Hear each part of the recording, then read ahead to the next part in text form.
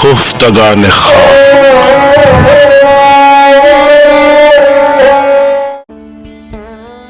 10 فروری یوم وفات جمال احسانی. آواز و پیشکش پیرزادہ سے کاظمی.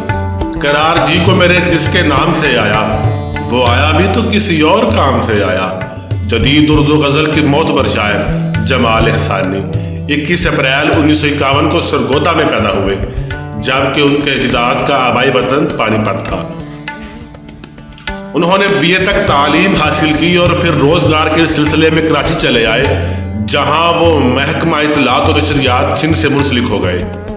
وہ کئی اخبارات میں بطور معاون مدیر خدمات سر انجام دیتے رہے.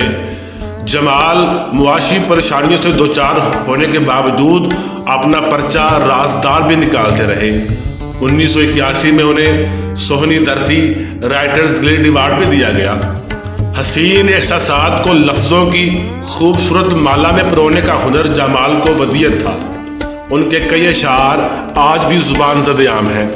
ان کے 2 شعری مجموعے ستارہ سفر اور رات کے جاگے ہوئے ان کی زندگی میں شائع ہوئے، جبکہ تیسرا مجموعہ تارے کو مختاب کیا زیر ترتیب تھا کہ ان کا انتقال ہو گیا.